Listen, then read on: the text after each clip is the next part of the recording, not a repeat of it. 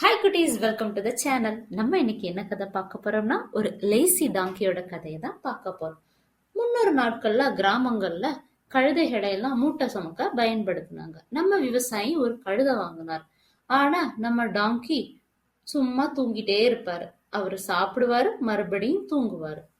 நம்ம விவசாயி தன்னுடைய வறுமையை போகிறதுக்காண்டி உப்பு விற்க மார்க்கெட்டுக்கு போவாரு. டாங்கியையும் கூட்டிட்டு தான் போவாரு.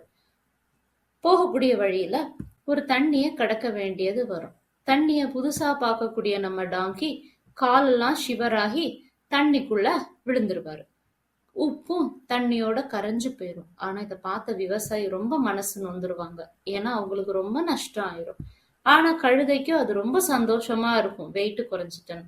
அடுத்த நாள் விவசாயி மூட்டையெல்லாம் ஏத்தி கழுதைய அனுப்புவார். கழுதை மறுபடியும் தண்ணியில போய் உப்பையெல்லாம் கரைச்சிட்டு விவசாயிட்ட வரும்.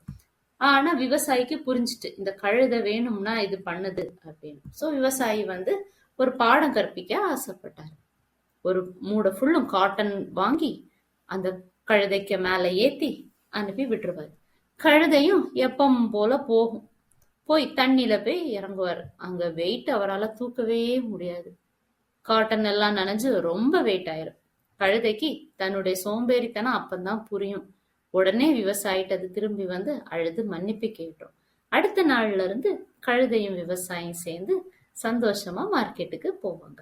நம்மளும் என்ன பண்ணணும்னா எதுலயுமே சோம்பேறித்தனம் பிடிக்க கூடாது. எப்போதுமே சந்தோஷமா இருக்கணும்.